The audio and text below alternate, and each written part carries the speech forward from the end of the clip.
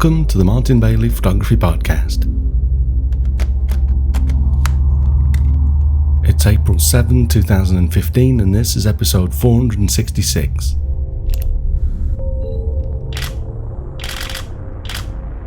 Over the years, I've developed and evolved a pretty sound file management workflow for working with Lightroom on multiple computers, both in the office and when I'm traveling. I've talked about various aspects of this in previous episodes, but I thought I'd report on my current workflow in its entirety today, as a number of people have asked about this recently. I'm going to explain how I currently manage my Lightroom catalog, settings and presets, and my photographs and video archives, including how I now move from one computer to another quite seamlessly. But first, a little background. Until now, I've kept my Lightroom catalog on the internal hard drive of my desktop and laptop computers, and synced between the two before I made any major changes to the library.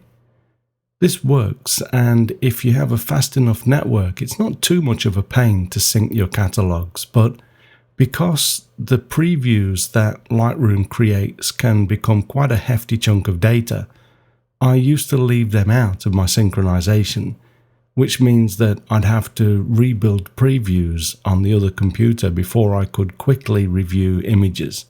If I synchronized the image previews as well, it took quite a bit longer, and that can really slow you down when you need to move computers, which I sometimes do multiple times a day.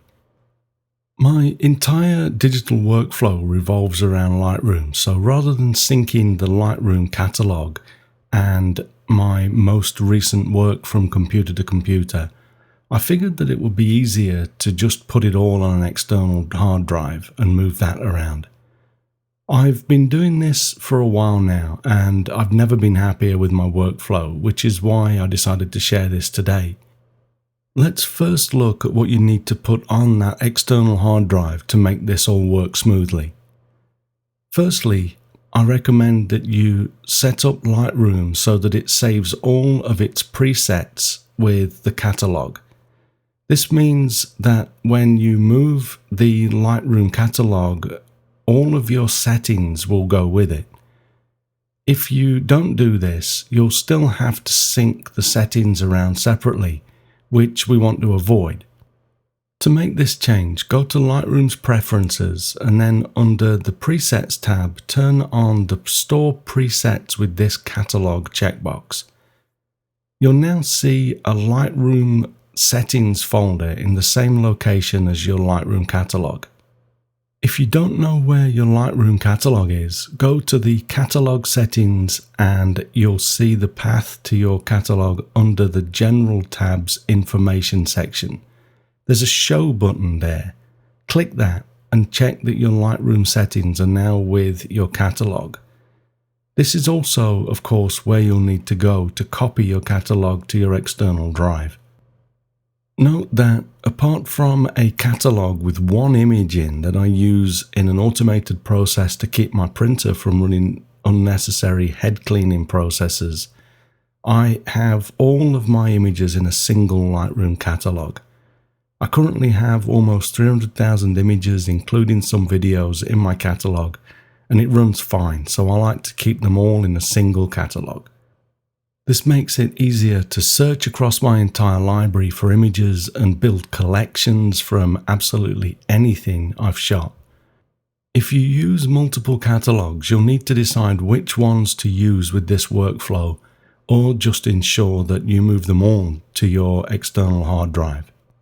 To ensure that Lightroom works as fast as it can with this portable workflow, I recently bought a Drobo Mini with 4 1TB 7200 RPM hard drives and a crucial 250GB mSATA internal SSD, which I put into the bottom of the Drobo Mini as an accelerator disk. This speeds up Drobos so that as long as you are using Thunderbolt to connect them to your computer, you really just don't have to worry about the hard drive speed. It's not as fast as an internal SSD, but it's fast enough to run Lightroom stress-free directly from the external hard drive. You can also run Lightroom from slower portable hard drives, but I suggest that if you do that, you get at least USB 3 connected drives, such as the WD My Passport Ultra drives that I use in my ultralight portable workflow that we'll look at shortly. This is something that I do when I simply cannot carry the weight of the Drobo Mini in addition to my laptop. This may be necessary, especially when traveling overseas, as one of the downsides of the Drobo Mini is that it isn't very, mini. It really is quite a hefty piece of kit to carry around in addition to a laptop. In addition to my Lightroom catalog and settings, I also keep my main archive of all my best work to date, which I call my finals or final selects, on my Drobo Mini, as well as all of the photographs and video that I've taken during the current year. So basically, most of what I need to access regularly is in one place and always available, even when I travel. My main archive of all images and video that I've ever shot and not deleted is almost 7 terabytes of data, so it's not practical to keep all of this on my portable hard drive. And because I have every image that I ever thought was good enough to sell or to show people in my finals folder, it's not necessary. I can still get to my RAW files and any TIFF or PSD files that I might have also created from them right there on my portable drive. So what I call my Photo Originals folder lives on my Drobo 5D attached to a desktop computer in my office studio.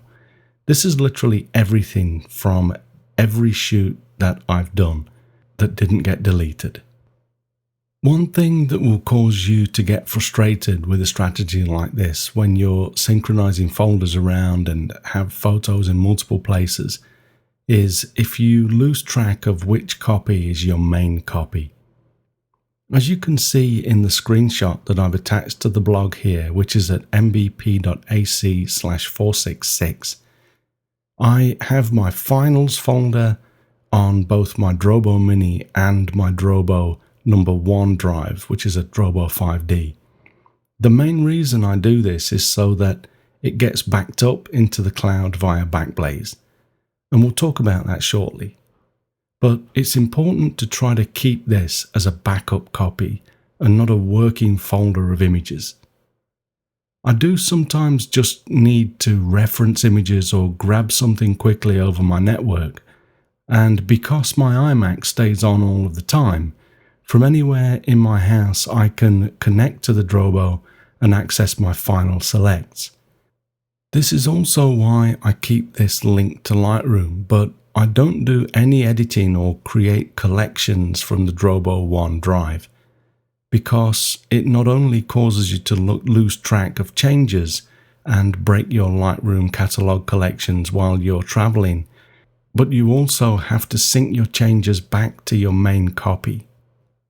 This is doable quite easily, but I find it much better to not get into that, and my portable hard drive solution that we're looking at today helps us to avoid this too. Okay, so I know that this will be heavy going without some form of graphical representation of what I'm talking about, so I've created a few diagrams for us to reference today as I explain this further.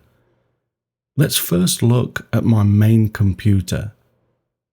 We all use at least one computer to work on our images, so this should be useful even if you don't use a laptop in addition to your base computer.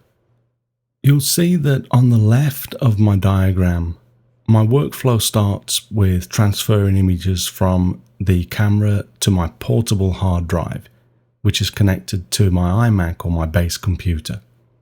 This could just as easily be a Windows machine. It's not important what system you use, but it is important to note here that my images go into a folder for my current year on my external hard drive along with the Lightroom catalog and my settings and presets. As I mentioned, I keep my main photo and video archive, my Photo Originals folder, on a Drobo 5D which is always attached to my base computer. As soon as I've finished transferring images from my camera and have them renamed, and if time allows, go through and do at least my first quick check of the images, then I copy the folder for that shoot to my Drobo 5D. Here it's called the Drobo number 1. As you can see from the diagram, because I have Backblaze set up on my iMac, as soon as I copy any new images to the Drobo 5D, they start to back up into the cloud. This will continue to synchronize changes to this Drobo 5D as soon as, if I edit images and then sync them across, they'll all get synced into the Backblaze cloud, but I want to start my new cloud backup as quickly as possible. Any later changes will also sync into the cloud, so there's really little reason to wait on this, unless you're paying for data upload or something like that. There's one last element of this computer setup that I'd like to talk about before we move on, and that's my second Drobo 5D, which is purely for local backup purposes. I know that this is a little paranoid, but bear with me. The Drobo 5D can have one hard disk fail without losing any data. If a hard disk fails, you simply pull it out and put in a new hard drive, and the Drobo will automatically write the necessary data back to the new drive, and you're safe against hard disk failures again. In my paranoid mind though, that's not enough to feel safe. I could have a second hard disk fail before my data is fully secured after replacing the first one, the failed one, and the entire unit could fail too, leaving me with nothing local to fall back on. Assuming my Backblaze backup had already completed, I could of course download or have them send me my cloud backup on hard drives, but that takes time and I'd be panicking for days until my data was restored, so I just prefer to have a second local backup, as we can see in this third diagram. For all of my file synchronization, I use ChronoSync from Econ Technologies. This is the only operating system specific part of my workflow that we'll touch on today. ChronoSync is only for the Mac OS. When I used Windows, I used to use a command line tool called Robocopy, but I haven't used that for years, so we won't go into detail on the Windows alternative today. If you know of a great tool that you'd like to recommend for Windows, please just drop a note into the comments section for this blog post. ChronoSync is an incredibly powerful file synchronization tool. It's important that you actually read the help to avoid deleting files unintentionally, but once you've got a good understanding of how it works, it can make life a lot easier. One of the reasons for this is because you can save your synchronization tasks and open them again later to rerun them.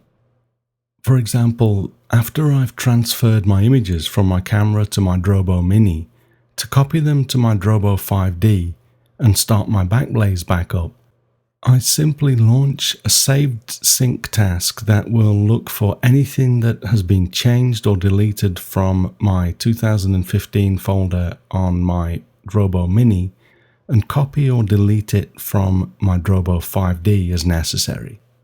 As I work on my files from a new shoot, or make any changes to my earlier 2015 files on my Drobo Mini, I just run this task again.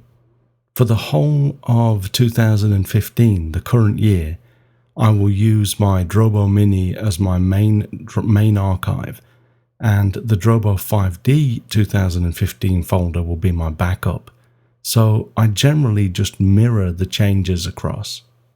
If necessary, you can do a synchronization and copy any changes that you make to the target drive back to your main copy simply by changing the operation that you can see in the middle of the screenshot from ChronoSync.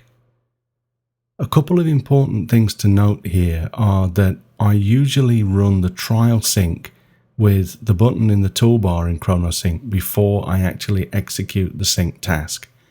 This is like a dummy run, and it really just helps you. You get a dialogue to see what will be copied or deleted so that you can check that you haven't made any stupid mistakes before you actually make them. The other thing is that you can select whether to delete files immediately or move them to trash or just move them to an archive folder instead of deleting them. I don't like to move to an archive folder because you end up with archive folders everywhere, but I do like to turn on to just move the files to trash rather than deleting them immediately. This is just another safety net. Because I have a 2015 or a current year folder in my photo originals directory on my Drobo 5D, once I've synced any images, I right-click that folder in Lightroom and select Synchronize Folder. This tells Lightroom to check the contents of the folder for anything new or removed, and you can also have it check for metadata changes as well. Once I've completed my editing of a shoot and I have my finals or my final selects, I copy these to the appropriate year in my finals archive folder. Everything from the current year goes into a single folder under finals. If I've created a TIFF or PSD copy of my raw file, say to create a black and white version in Silver Efex Pro, or I did a bit of work in Photoshop, then I will keep both the raw file and the new format files together. If no copies were made, I just copied the raw files into the finals folder. Because I star rate my images to help with filtering, when I'm ready to copy my files, I just filter out anything with 2 stars or above. In my rating system, 2 stars means it's an original raw file. 3 stars is anything that I will present to Offset for consideration or, for inclusion in my stock library. 4 stars are images that I consider good enough to show people or use in blog posts, etc. And 5 stars are what I consider portfolio quality images. So when I'm ready to copy my final selects to my finals folder, I simply filter out anything that's 2 stars or above from my original shoot folder and use a Lightroom export preset to copy these to my finals folder on my Drobo Mini and my Drobo 5D. At this point, I copy to both locations because I can add the images to the Lightroom catalog at this point, and that saves me from synchronizing the finals folder after copying files across manually or using ChronoSync. The important thing to note here too is that although this is an export, I'm not creating JPEGs or any other new format. I select original as the format for both videos and the file settings section. This ensures that the files are copied to the new locations as they are. Nothing's created, it's just a copy of the same original raw file or TIFF or PSD. Once I've set up something like what we see in the screenshot that I've captured here, I can just save this as a preset, and then when I'm ready to copy my final selects to my finals folder, I just have to select them. Like I say, I filter them out and then right click them and select Copy Original to Drobo Mini 2015 Finals, which is what I called the preset. And I have a second preset to copy to my Drobo 5D. To close the loop on the diagram before we move on, I guess I should just mention that to mirror the contents of my Drobo 5D to my second Drobo 5D, I also use a ChronoSync task, but because we will mirror the root of the drive, I set up a few rules to prevent ChronoSync from copying and overwriting some important system files, and we can see the files that I've specified in this screenshot. Okay, so Now you'll see that we have a pretty sound process in place for managing images based on a Lightroom catalog and a few ChronoSync tasks that we can launch and run when changes have been made. It's a little more complicated than simply transferring images from your camera to your hard drive inside your base computer, but remember that there is that main key advantage to having everything that you need and use regularly on that external drive. With your workflow set up this way, all you have to do to access your images on another computer is to eject your portable hard drive from the base computer and plug it into another one. Whether you are in another part of your house or office or on the other side of the planet, if you plug in your portable hard drive, you have access to everything necessary to start Lightroom and continue working as you would on your base computer. Because Lightroom remembers the last catalog that you opened, it automatically goes to the external drive even if you open Lightroom with the application icon. Of course, to cause this to happen, when you first move your Lightroom catalog to the external hard drive, you'll need to double-click on the catalog in its new location to force it to open from there. But as long as you have Lightroom set up to open the last catalog, that's the only time you'll have to do this. You can also select File, Open Catalog, and navigate to your new catalog location too, but again, you'll only have to do this once. Of course, because the main archive of all of your images that I call my photo originals lives on a hard drive on the base computer, that won't be accessible. But when Lightroom can't see something, it just marks the folder with a question mark to let you know that it's offline. You can still click on the folders, and if you have previews created, you can even see the images. If you need to be able to edit photos that are essentially offline, you can enable this by going to Library, Previews, and selecting Build Smart Previews. But without that, you can't edit images in the Develop module, etc., until you go back to your base computer. The point is, though, that Lightroom handles all of this gracefully. The other items that you'll notice in Diagram 4 is my mobile backup drives. I use WD My Passport Ultra USB 3 drives because I think they provide great cost performance at just $99 for 2 terabyte drives. These are a little bit fatter than the 1 terabyte drives, but I like to be able to back up my entire Final Selects library onto these drives, as well as all of my current year's photo originals folder. Now, as you know, I'm paranoid, so when I'm traveling, I actually make 2 backups of my images.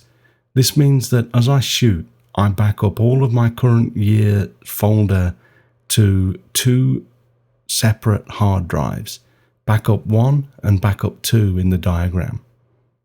Again, I use ChronoSync for this, and just save a task for each backup and run it as necessary. Because I only have 2 USB ports on my MacBook Pro, I actually have to eject and plug in new drives, etc. if I'm going to do Time Machine backups at the same time. But because my Drobo Mini connects with Thunderbolt, I can have both of my backup drives attached at the same time. You can even create containers in ChronoSync which can contain multiple tasks. So if you want to back up your images to both of your backup drives without intervention, you can do that quite easily.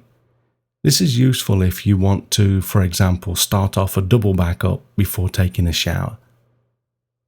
I know that some of you will consider this all to be overkill, to have a total of 3 backups of your images while traveling.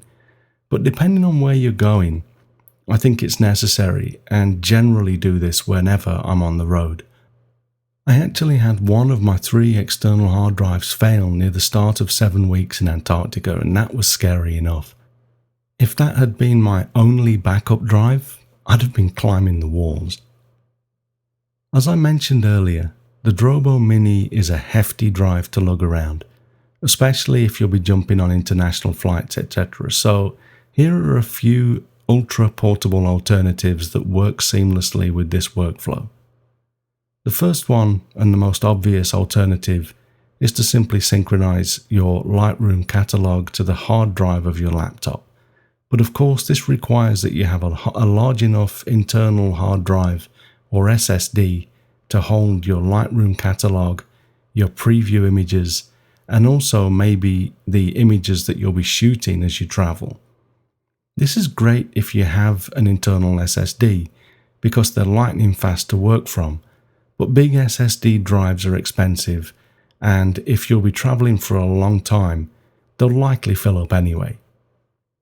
The second lighter alternative is to use a lighter but still external drive, like my WD My Passport Ultra drives, as the main backup, the main archive, and for your Lightroom catalog, etc. This isn't as smooth and stress-free an experience as working from the Drobo Mini because these drives are much slower, but it works, and it's a nice affordable second choice if you're going to be shooting a lot. Lightroom is pretty good at finding your images on the new drive as well, so at least on the Mac system. If Lightroom can't find your images when you open the catalog on a different drive, it'll signify that by putting question marks against the folders. Just right-click the top-level folder and select Find Missing Folder in the shortcut menu, and then navigate to the folder on your new hard drive. And this will just remap everything for you, including your previews, and in my experience, it will not corrupt your catalog in any way. If you use this method of using a portable hard drive in a Windows environment, you'll probably need to ensure that the drive letter doesn't change as you move the external hard drive around. I don't know exactly where you do this. It's been so long since I've used Windows, I can't remember exactly where you do this right now, but you can assign a drive letter to your hard drives. So it's a good idea to assign something well away from the start of the alphabet, like M for mobile. That way, other drives that you might attach to the computer that will get lettered D, E, F, etc. won't displace your external drive's letter. I should also mention that this solution is not ideal if you switch between Windows and Mac regularly. The catalog can be taken from one operating system to the other and will open, but Windows and the Mac OS reference drives differently. So you'd need to tell the other OS where your files live each time you open the catalog and, on the other system. Also, the location of your presets and settings is not recognized. So I personally think it's more trouble than it's worth if you're switching between operating systems. It makes it easy to move from one system to the other, but not really if you want to be switching back and forth. Okay, so I hope that this has been useful for you. Do go over to the blog at mbp.ac/466 and take a look at the diagrams if you haven't already. They'll help you to really understand what I'm talking about here. Having switched my Lightroom catalog around for the last few years, I'm finding it much easier now to just move my external hard drive around. It might not be for everyone, but I'm really enjoying this workflow. As good workflows should, it just works, and that's important to me. So thanks very much for listening today, and remember, if you enjoy this podcast, please share a link with your friends, and if you don't already, please subscribe in iTunes or your favorite podcast program to ensure uninterrupted delivery. You can find me on Google+, Twitter, Instagram and Facebook, and links to everything that I'm up to are at martinbaileyphotography.com, so do drop by and take a look. I'll be back next week with another episode, but in the meantime, take care and have a great week, whatever you're doing. Bye bye.